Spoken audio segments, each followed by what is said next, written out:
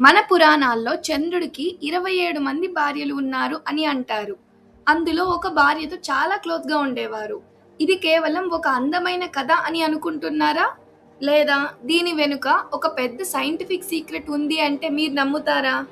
ఇప్పుడు మీరు వినబోయే ఈ స్టోరీ మైథాలజీ అండ్ సైన్స్ మధ్య ఉన్న ఒక అద్భుతమైన కనెక్షన్‌ని చూపిస్తుంది.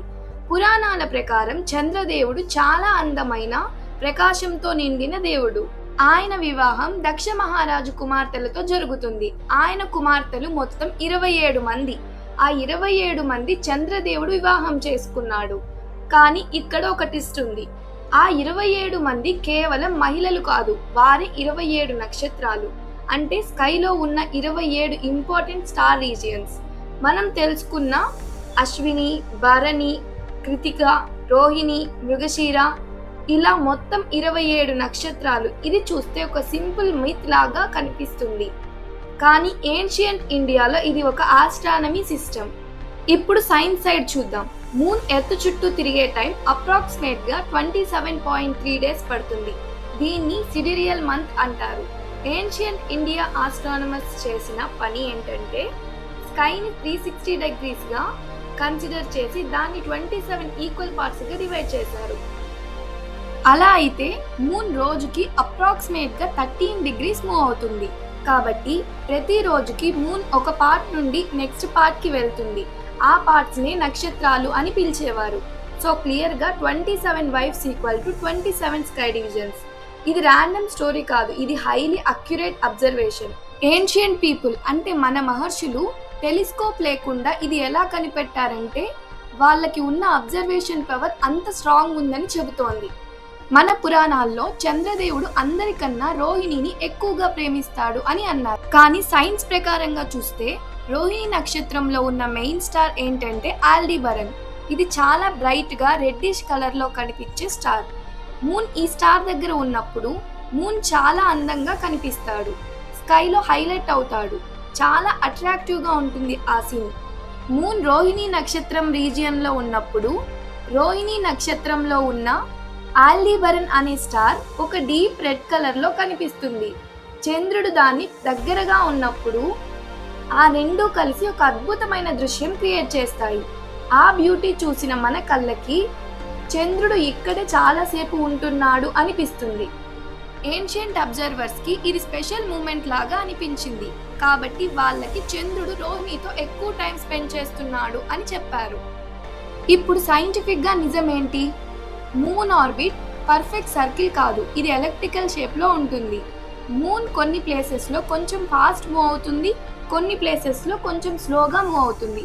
కాబట్టి కొన్ని నక్షత్రాల రీజియన్స్ లో మూన్ కొంచెం ఎక్కువసేపు ఉంది అనిపిస్తుంది. కానీ ఇంపార్టెంట్ క్లారిటీ, మూన్ ఎగ్జాక్ట్ గా 1.3 డేస్ రోహిణి దగ్గర ఉంటాడు అని రూల్ లేదు. డిఫరెన్స్ కొన్ని అవర్స్ మాత్రమే. బట్ ఆల్డీబరన్ బ్రైట్ కాబట్టి మనకి విజువల్లీ ఎక్కువ టైం ఉంది అని ఫీల్ అవుతాం. సో మైథాలజీలో రోహిణితో ఎక్కువ ప్రేమగా ఉంటారు అని చెప్పారు.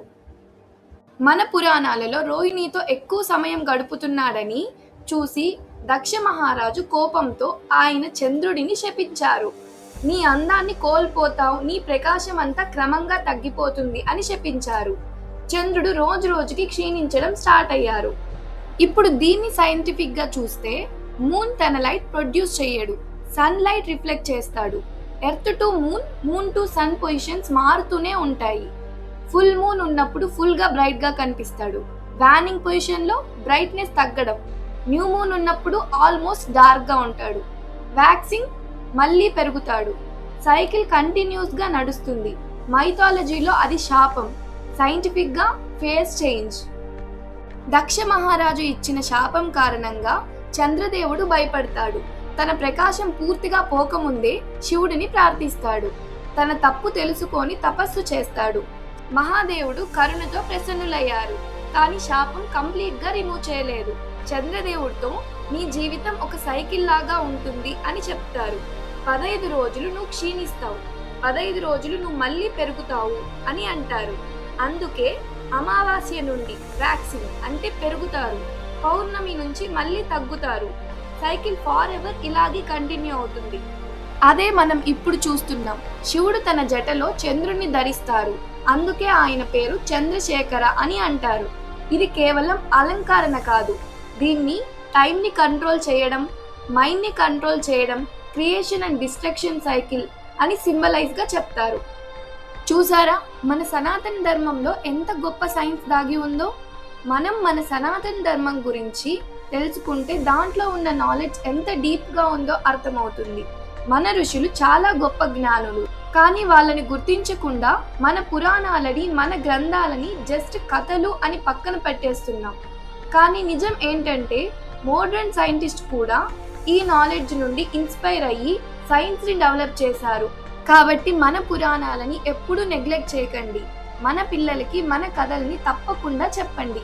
రోజుకి ఒక కథ అయినా వినిపించండి. ఇలాంటి మన సనాతన ధర్మం కంటెంట్ కోసం, మన పురాణాలలో ఉన్న అసలు నిజాలు తెలుసుకోవడానికి మన ఛానల్ని ఇప్పుడే సబ్స్క్రైబ్ చేసుకోండి. అలాగే ఈ వీడియోని మీ ఫ్రెండ్స్కి షేర్ చేసి మన ధర్మంలో ఉన్న గొప్పదనం వారికి కూడా తెలియజేయండి. కమెంట్ సెక్షన్లో అందరూ హరే కృష్ణ అని కమెంట్ చేయండి.